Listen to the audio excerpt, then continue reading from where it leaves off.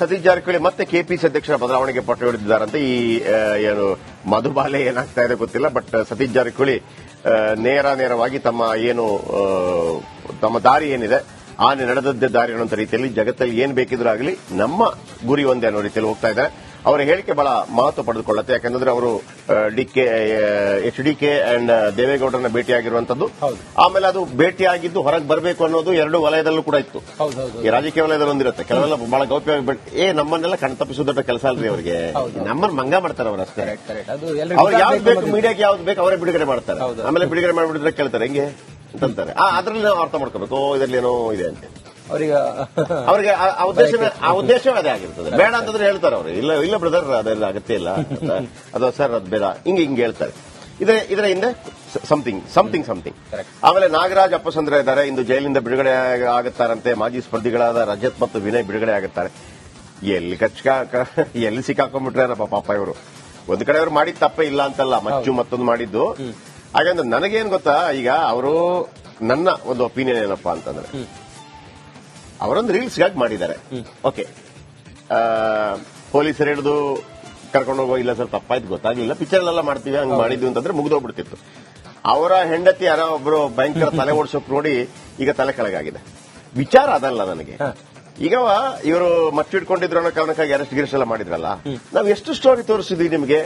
Road raging ಆಗ್ತಾ ಇದೆ, ಹೊಡಿತಿದ್ದಾರೆ, ಬಡಿತಿದ್ದಾರೆ. ನೀವು ಅವರನ್ನ ಫಸ್ಟ್ ಒಳಗಾಕಿ. ಇವರಿಂದ ಸಮಾಜಕ್ಕೆ ಏನು ಸಮಸ್ಯೆ ಆಗಲ್ಲ. ನೀವು ಸಮಾಜಕ್ಕೆ ಸಂದೇಶವೇ ತಪ್ಪು ಹೋಗುತ್ತೆ ಅಂತ ಹೇಳೋ ಕಾರಣಕ್ಕಾಗಿ ನೀವು ಇವರನ್ನ ಒಳಗಾಗ್ತೀರಿ ಅಂತಂದ್ರೆ, ಸಮಾಜಕ್ಕೆ ತಪ್ಪು ಸಂದೇಶ ಹೋಗೋದಲ್ಲ, ಸಮಾಜದಲ್ಲಿ ದುಷ್ಕೃತ್ಯಕಾರಿ ಕೃತ್ಯಗಳನ್ನ ಮಾಡೋರನ್ನ ನೀವೇನ್ ಮಾಡಿದ್ರು ಅಂತ ಪ್ರಶ್ನೆ ಬರುತ್ತಲ್ವಾ.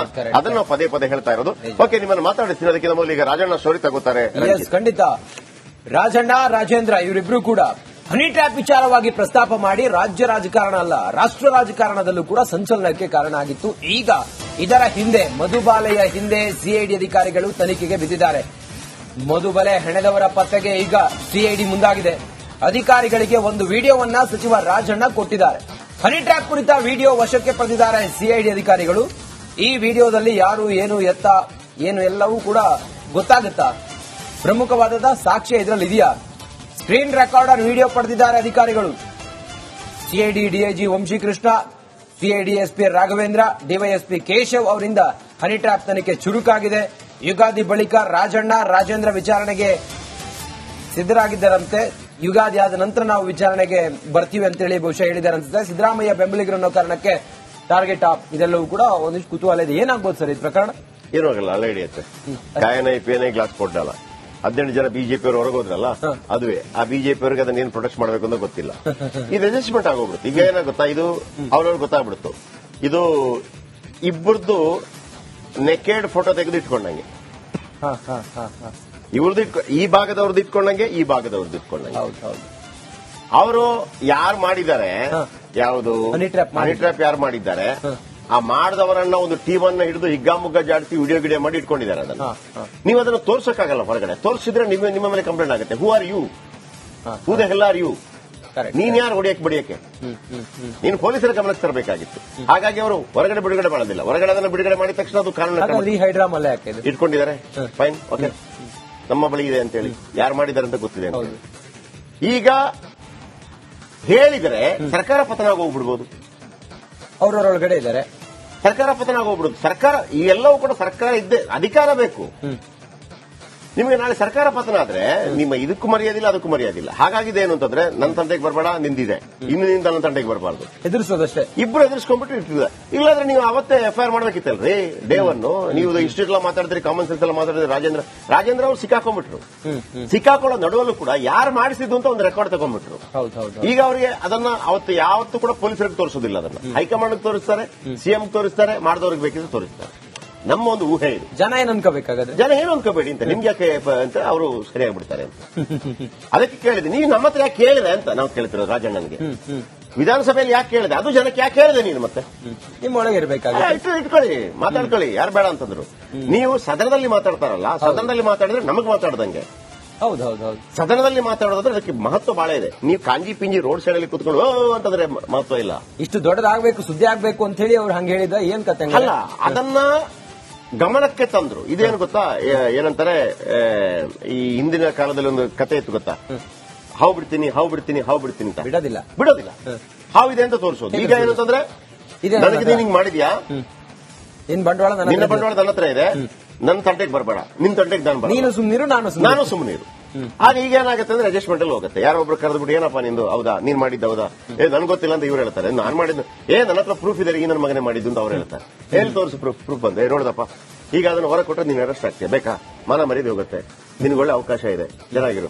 ಆಮೇಲೆ ಅವನ ಮರ್ಯಾದೆ ಇದ್ರೆ ಅವನ ಅವಕಾಶ ಇದೆ. ಇಲ್ಲ ಸರ್ ಅವ್ನು ಬಹಳ ಕಿರಿಕಿರಿ ಮಾಡ್ತಾ ಇದ್ದಾನೆ, ಅದು ಬೇಕು ಇದು ಬೇಕು ಅಂತಿದ್ರೆ ನಿನ್ಗೆ ನಾನೇನು ಕೇಳ್ತೀನಿ ಅದು ಕೇಳಿ, ನೀನು ಕೇಳ್ತೀನಿ. ನೋಡ್ರಪ್ಪ ನೀನು ಈಗ ಏನ್ ಕೇಳ್ತಿದ್ಯಾ, ನೀನು ಅಧಿಕಾರ ಇದ್ದಕ್ಕೆ ಕೇಳ್ತಾ ಇದ್ಯಾ ಅಲ್ವಾ? ನೀನ್ ಯಾಕೆ ಕೇಳ್ತಾ ಇದ್ಯಾ? ನಮ್ಮಲ್ಲಿ ಅಧಿಕಾರ ಇದೆ ಅದಕ್ಕೆ ಕೇಳ್ತಾ ಇದ್ಯಾ. ನೀನ್ ಯಾಕೆ ಕೇಳ್ತಾ ಇದ್ಯಾ? ನಮ್ಮಲ್ಲಿ ಅಧಿಕಾರ ಇದೆ ಕೇಳ್ತಾ ಇದ್ಯಾ. ನೀನು ಹೊರಗಡೆ ಬಿಟ್ರೆ ಅಧಿಕಾರ ಇಲ್ಲ, ಬೇಕಾ? ನೀವು ಹೋರಾಟ ಮಾಡ್ತಿರೋದು ಅಧಿಕಾರಕ್ಕಾಗಿ, ನೀವು ಇದನ್ನು ಹೊರಗೆ ಬಿಟ್ರೆ ಅಧಿಕಾರ ಇಲ್ಲ, ಇಬ್ಬರಿಗೂ ಇಲ್ಲ. ಆಗೇನ್ ಮಾಡೋಣ? ಕತೆ, ಚಿತ್ರಕಥೆ, ನಿರ್ದೇಶನ. ಒಬ್ಬರು ಬಂದರು ನಮಗೆ 6 ತಿಂಗಳ ಹಿಂದೆ ಶಾಮಿಯಾನ ಹಾಕೋಕೆ ಬಂದರು. ಅವರು 70 ಲಕ್ಷ ಕೊಟ್ಟರು, ನಮ್ಮನ್ನು ಕೊಲ್ಲಕ್ಕೆ ನೋಡಿದರು, ನಮ್ಮ ಕಾರಲ್ಲಿ ಇದಿಟ್ರು. ಏನ್ ದೊಡ್ಡ ಇವರು ನೀವು. ಇದೆಲ್ಲ ಸ್ಟ್ಯಾಂಡ್ ಆಗುತ್ತಾ ಸರ್? ಇದು ಸ್ಟ್ಯಾಂಡ್ ಅಲ್ಲ, ಇದು ಕತೆ, ಚಿತ್ರಕಥೆ. ಇದು ಒಳ್ಳೆ ಸಸ್ಪೆನ್ಸ್ ಥ್ರಿಲ್ಲರ್. ಇದು ಸುಕ್ಕ ಸೂರ್ಯ ಅವರಿಗೆ ಇವರಿಗೆಲ್ಲ ಸಿಕ್ಕಿದ್ರೆ ಅದ್ಭುತವಾಗಿ ಏನು ರಕ್ತ ಕ್ರಾಂತಿ ಏನು ಪಿಕ್ಚರ್ ಬಂದಿತ್ತು, ರಕ್ತ ಕಣ್ಣೀರಲ್ವಾ? ರಕ್ತ ಕಣ್ಣೀರಲ್ವಾ? ಇದು ಏನಂತಂದ್ರೆ ರಕ್ತ ಕಣ್ಣೀರು. ಹಂಗ್ ಮಾಡಬಹುದು. ನಾಟಕ ಇದೆಲ್ಲ. ಏನ್ ಪ್ರಾಬ್ಲಮ್ ಇಲ್ಲ ಏರಿಯಾದಲ್ಲಿ? ಏನ್ ಪ್ರಾಬ್ಲಮ್? ಏನ್ ನಿಮ್ ಪ್ರಾಬ್ಲಮ್? ಇಷ್ಟೆಲ್ಲ ಪ್ರಾಬ್ಲಮ್ ಐತಿಲ್ಲ ಹೇಳಿ. ಏನ್ರಿ ನಿಮ್ ಪ್ರಾಬ್ಲಮ್? ಏನ್ ನಿಮ್ ಪ್ರಾಬ್ಲಮ್ ಅಂತ ಹೇಳಿ. ಯಾರಪ್ಪ ನಗರಕ್ಕೆ? ಗಾಂಧಿನಗರ, ದಾಸರಹಳ್ಳಿ, ರಾಜರಾಜೇಶ್ವರಿ ನಗರ, ಚಾಮರಾಜಪೇಟೆ, ಹುಬ್ಬಳ್ಳಿ, ಚನ್ನಮರುತ್ತದ, ಮೈಸೂರಿಗೆ ಬಂದಿರೋದು. ಬ್ಯಾಡಗಿ ತಾಲೂಕಿಗೆ ನಾವು ಬಂದಿವ್ರಿ. ಸರ್ ಹೇಳಿ ಸರ್, ಏನ್ ಪ್ರಾಬ್ಲಮ್? ನಿಮ್ ಎಮ್ಎಲ್ಎ ಹೆಂಗೆ? ಏನೆಲ್ಲ ಸಮಸ್ಯೆಗಳು? ಏನ್ ಕಥೆಯಲ್ಲಿ ಬಂತ? ಅಯ್ಯಪ್ಪ ಯಾವತ್ತೂ ಬಂದಿಲ್ಲ. 2 ಮಂತ್ಸಿಂದ ನೀರಿಲ್ಲ. ಟ್ಯಾಂಕರ್ ಬರ್ಬೇಕಾದ್ರೆ ರೋಡ್ ಸರಿ ಇಲ್ಲ. ಯಾರತ್ರ ಹೋಗಿ ಇರೋದಕ್ಕೆ ನಮ್ಗೆ ಯಾರು ಇಲ್ಲ.